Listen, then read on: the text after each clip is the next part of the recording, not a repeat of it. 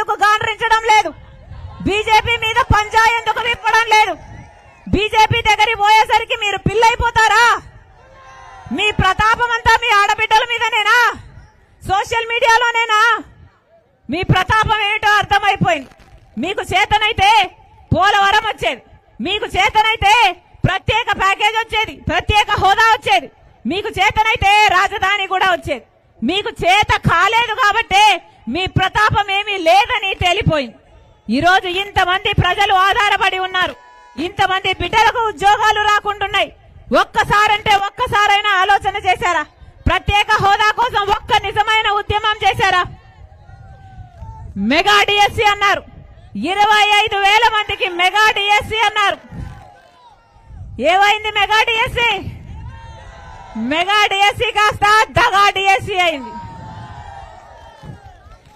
ఆ రోజుల్లో చంద్రబాబు గారు 7,000 ఉద్యోగాలతో డిఎస్సీ వేస్తే ఇదే జగనన్న గారు సిగ్గులేదా? 25,000 ఉద్యోగాలున్నాయి, ఎందుకు భర్తీ చేయడం లేదు అని నిలదీశారు. నేను ముఖ్యమంత్రి అయినాక 25,000తో మెగా డిఎస్సీ వేస్తానని చెప్పాడు జగనన్న గారు. మరి ఈయన ముఖ్యమంత్రి అయ్యారు కదా, ఏమైంది మెగా డిఎస్సీ? ఈ రోజు 30,000 ఉద్యోగాలు ఖాళీగా ఉన్నాయి, డిఎస్సీ ఉద్యోగాలు భర్తీ చేయొచ్చు. మెగా డిఎస్సీ వేయకపోగా ఈ రోజు 6,000తో ఒక దగా డిఎస్సీ వేశారు. అది కూడా ఎలక్షన్లకు ముందర వేశారు. 5 సంవత్సరాలు ఒక్క జనవరి 1 రోజున జాబ్ క్యాలెండర్ వేయలేదు, ఒక్క రోజు కూడా ఒక్క మాట నిలబెట్టుకోలేదు. ఈ రోజు దగా డిఎస్సీ వేశారు, మళ్ళీ యువకులను దగా చేయడానికి. లక్షల మంది బిడ్డలు డిఎస్సీ కోసం తయారయ్యారు.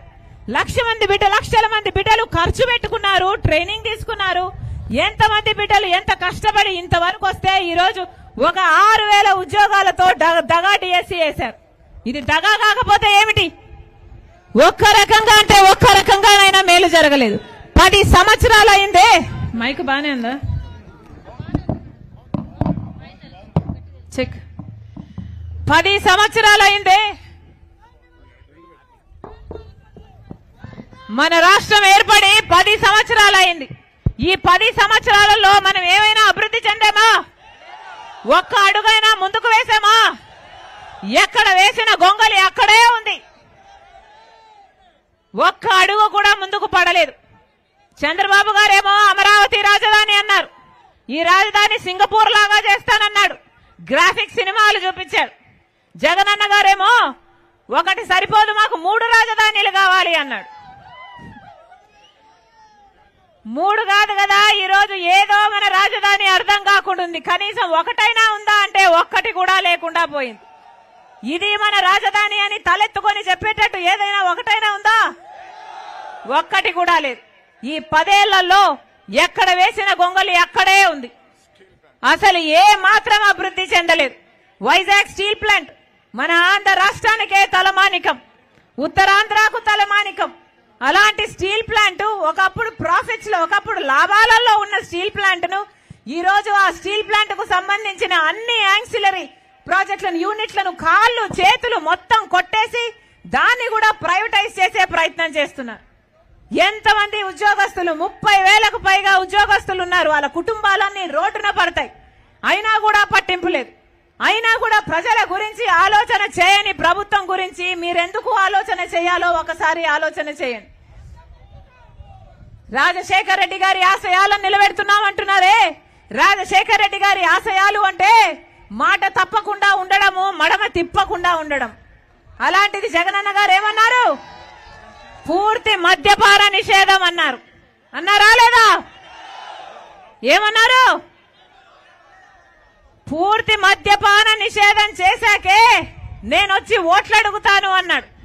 మద్యం అన్నది లేకుండా చేశాకే నేనొచ్చి ఓట్లు అడుగుతాను అన్నాడు జగనన్న గారు. అంతేకాదు, ఇదే విషయాన్ని నేను మేనిఫెస్టోలో పెట్టాను. నాకు మేనిఫెస్టోను అంటే బైబిల్తో, ఖురాన్తో, భగవద్గీతతో సమానం అని చెప్పాడు జగనన్న గారు. అలాంటిది మద్యపాన నిషేధం అయిందా? మద్యపాన నిషేధం అవ్వకపోగా ఈ రోజు సర్కారే మద్యం అమ్ముతుంది, సర్కారే మద్యం అమ్ముతుంది. ఈ రోజు సర్కారు అమ్మిందే కొనాలి, సర్కారు ఏం అమ్ముతే అదే కొనాలి, సర్కారు ఎంతకు అమ్ముతే అంతకే కొనాలి. ఆఖరికి 25% మన రాష్ట్రంలో కల్తీ లిక్కర్ వల్ల గుండె చెడిపోయి లివర్ చెడిపోయి చచ్చిపోతున్న వాళ్ళు మిగతా రాష్ట్రాలలో పోలిస్తే మన రాష్ట్రంలో 25% మంది ఎక్కువ. అయినా క్వాలిటీ చెక్స్ ఉన్నాయా? సర్కారే కల్తీ చేసి అమ్ముతుంటే ఇక ప్రజలు ఎవరికి చెప్పుకోవాలి? పోనీ ప్రతిపక్షం మాట్లాడుతుందా అంటే ప్రతిపక్షం కూడా మాట్లాడు. సర్కారు అమ్మిందే కొనాలి. ఏమమ్ముతుంది సర్కారు?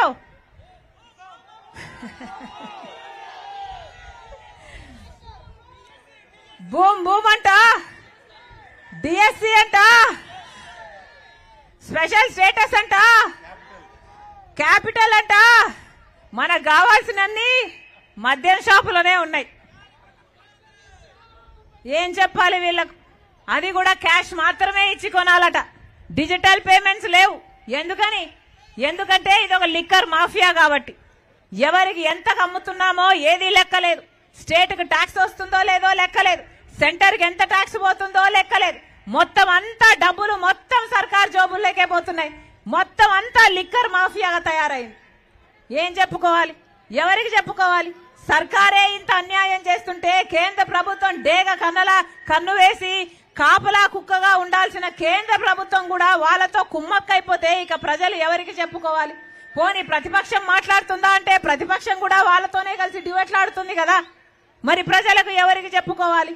జియో నంబర్ 3 గురించి జియో నంబర్ 3 అంటే స్థానికంగా ఉన్న ఉద్యోగాలన్నీ స్థానికులకే రావాలి అని. పోనీ ఆ భద్రత ఉందా ఈరోజు? ఆ భద్రత కూడా లేకపోతే ఇక స్థానికులు గిరిజనులు ఎక్కడికి పోవాలి? కాంగ్రెస్ పార్టీ గిరిజనులకు మాటిస్తుంది. కాంగ్రెస్ పార్టీ అధికారంలోకి వచ్చినాక ఈ జియో 3ను రద్దు చేస్తాం. మళ్ళీ స్థానికుల ఉద్యోగాలన్నీ స్థానికులకే వచ్చేటట్టు చూస్తాం. ఈరోజు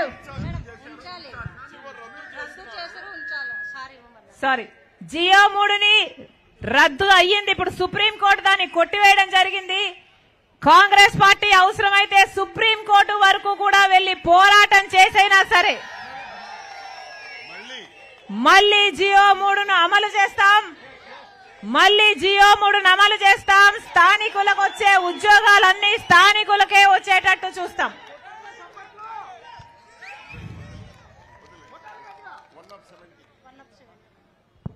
అలాగే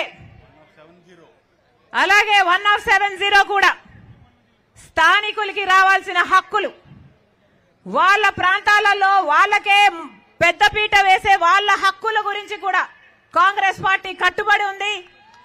మీకు రావాల్సిన హక్కులు మీ తరపున కాంగ్రెస్ పార్టీ పోరాటం చేస్తుంది.